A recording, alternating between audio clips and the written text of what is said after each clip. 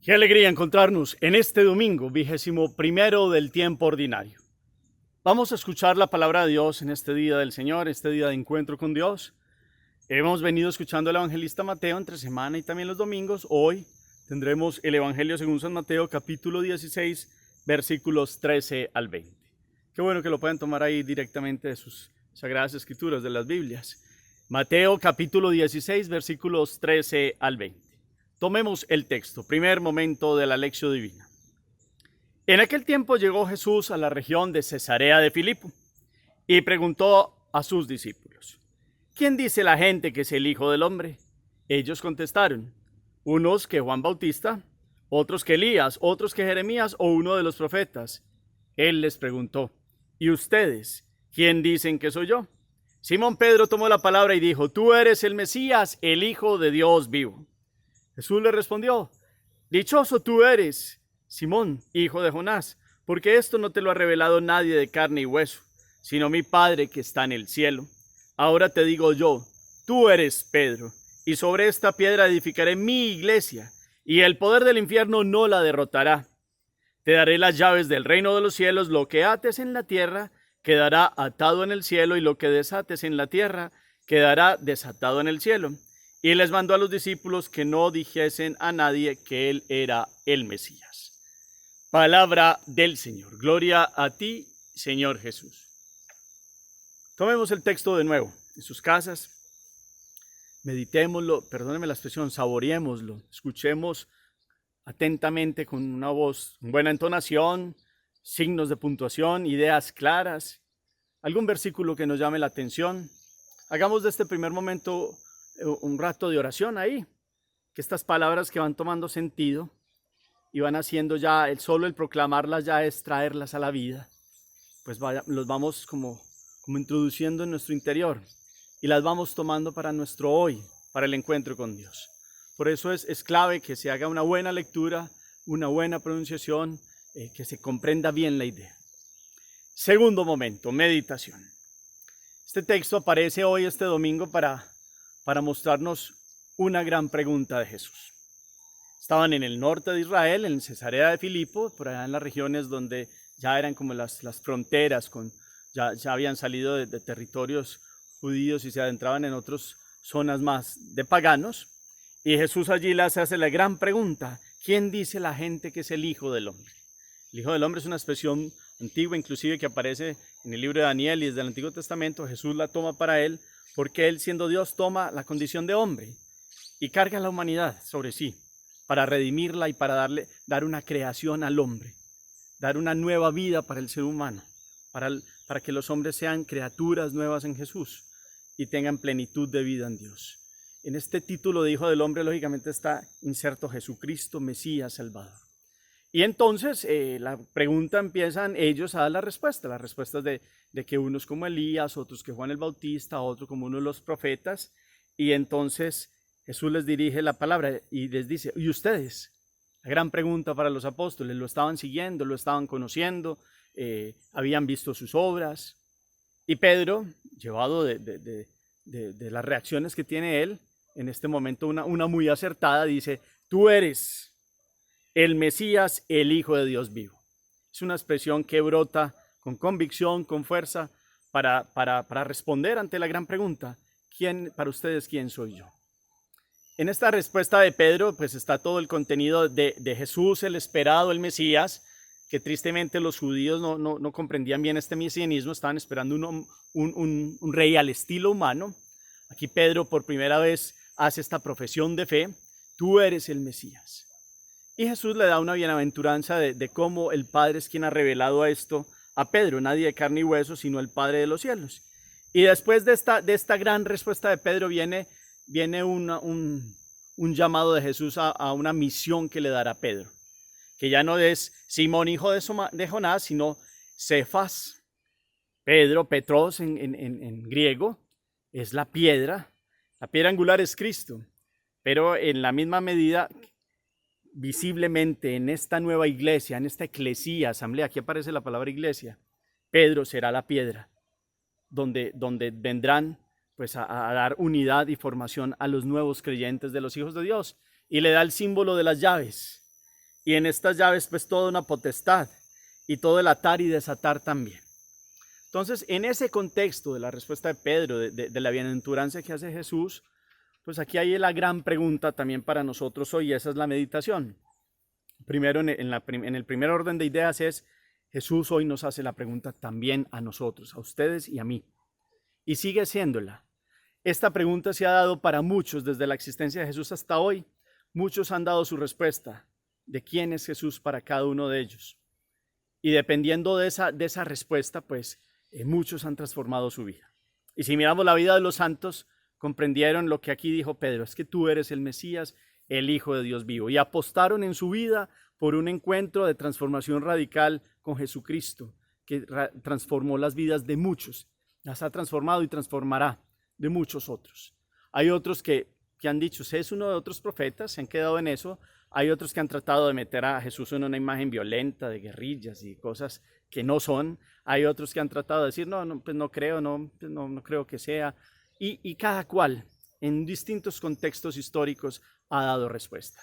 Pero hoy es una pregunta para ustedes y para mí. Es algo de analizar la vida, de mirar nuestra historia personal. ¿Cómo podríamos darle respuesta hoy a esta pregunta? Y no solo con la catequesis que tenemos ustedes y yo básica de Jesús, segunda persona, la Santísima Trinidad y toda la catequesis, sino también toda una vivencia. ¿Cómo hemos dado respuesta a nuestra fe a creer que Jesús verdaderamente es el Señor de la vida, es el Rey de Reyes, el único Dios y Señor que me ha dado una vida y una existencia nueva y me da plenitud y alegría, y en Él tendré vida eterna por su sacrificio redentor en la cruz, por toda la entrega que ha hecho por mí, por cada uno de nosotros, con nombre propio, con proyecto de vida personal? Dios Jesús, Dios verdadero y hombre verdadero, lo ha dado todo por nosotros. ¿Cómo hemos ido dando respuesta a esta pregunta de Jesús, verdadero Dios para mí? O digo de labios para afuera, muy bonito y que creo en Jesús, pero la vida no concuerda. Puede pasar eso, y esto es algo enfático que llamamos la atención sobre eso, y siempre es como una revisión para mí también y para todos. Si decimos que creemos en Jesús, ¿cómo estamos viviendo? Si estamos dando respuesta a esta pregunta con nuestra vida, no solo con los labios. Si creemos en Jesús, pues aquí todo un planteamiento de vida y todo un acercamiento a Él, y es una invitación a transformar la vida y la existencia en Él. No es uno de más profetas como la nueva era hoy lo promueve, como uno de tantos que hablaron muy bonito e igualan a los otros profetas, y después a Mahoma, y después toman a Siddhartha Gautama y a otros que son valiosos en sus contextos, pero para nosotros no son Dios, no son Dios. Para nosotros el único Dios es Jesucristo. El único se le ha dado todo poder y toda la capacidad de salvación es a Jesús. Y ante Él se dobla toda rodilla, en el cielo, y aquí en la tierra y en el abismo. Y nosotros comprendemos que es Dios y Señor, pero eso hay que mostrarlo en la vida. La respuesta no es solo con palabras, esta respuesta es con la vida. Entonces yo los invito a que meditemos hoy cómo estamos dando respuesta a decirnos católicos, creyentes en Jesús, y cristianos, porque los cristianos somos nosotros. Los creyentes desde la base, desde esta iglesia de Pedro, que es la segunda idea que les propongo. Porque después de esta gran pregunta viene el mirar esta potestad que Jesús le dio a Pedro. Y Jesús quería la iglesia. Aquí habla sobre esta piedra edificaré mi iglesia, la eclesía, la asamblea de los fieles reunidos en Jesús. Y lo que hizo Jesús es un querer de Él. Y con las situaciones históricas se ha ido dando. Y han venido unos que han ocupado el primado, han reemplazado a Pedro en esta función de unidad, de caridad y de invitación a todos los pueblos en la iglesia, a la evangelización de todos los pueblos.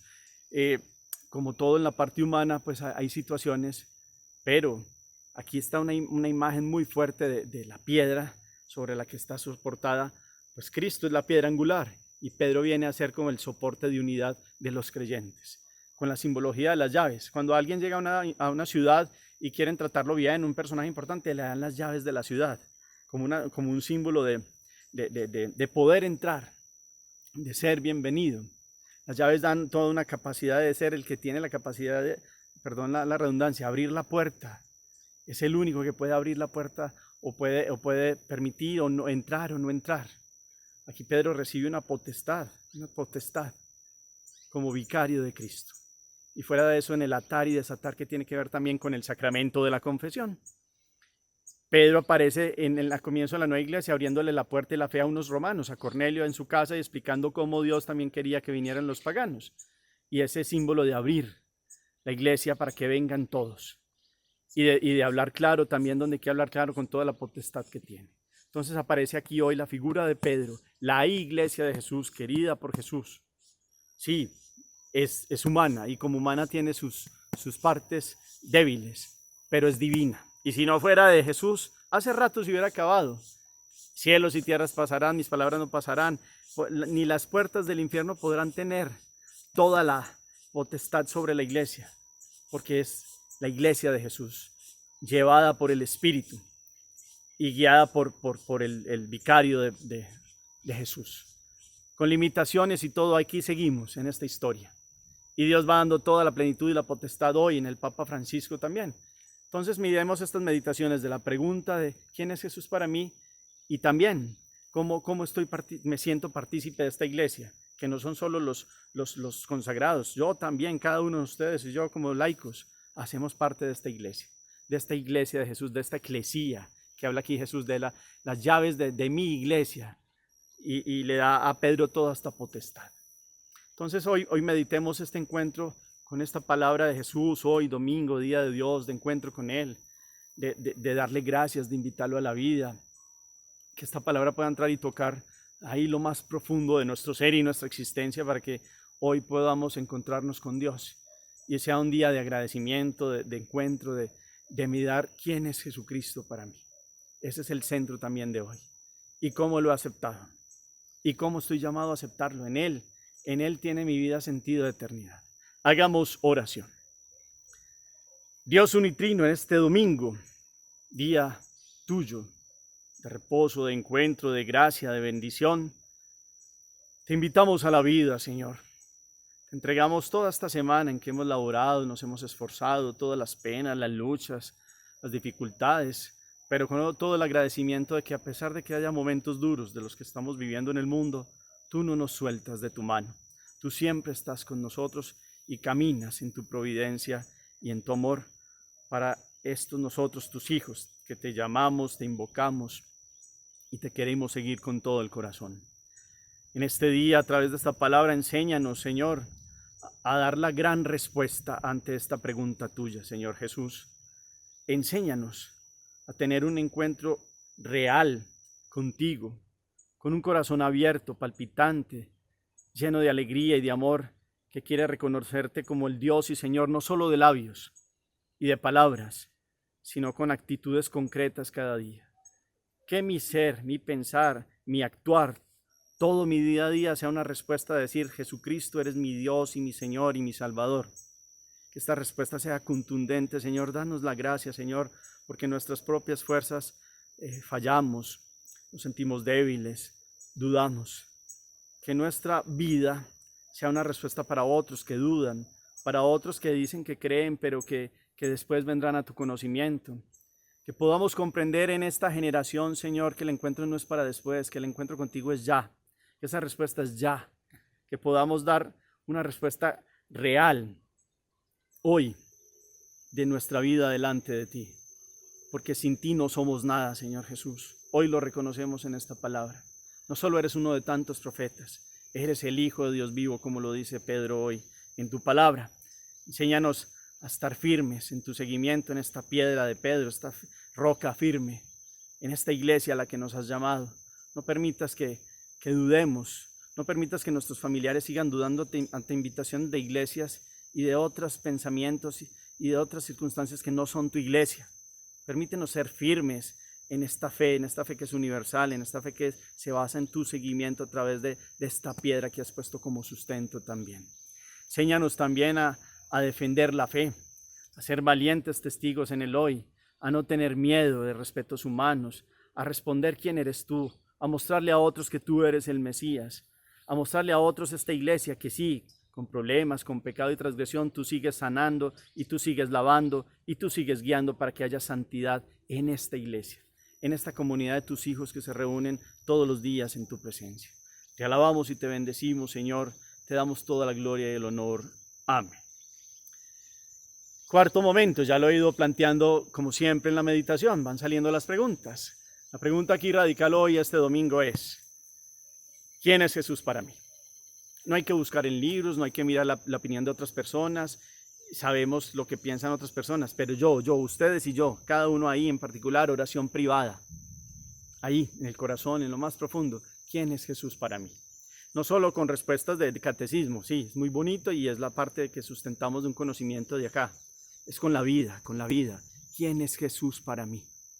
Y si Jesús es Dios, estoy actuando en orden a ese seguimiento de Jesucristo, verdadero Dios. Y si Él me enseña en su palabra cómo hay que actuar y cómo hay que vivir y cuál es la verdadera felicidad de Él, camino, verdad y vida, lo estoy siguiendo como camino, verdad y vida. Él es el que le da sentido a mi existencia.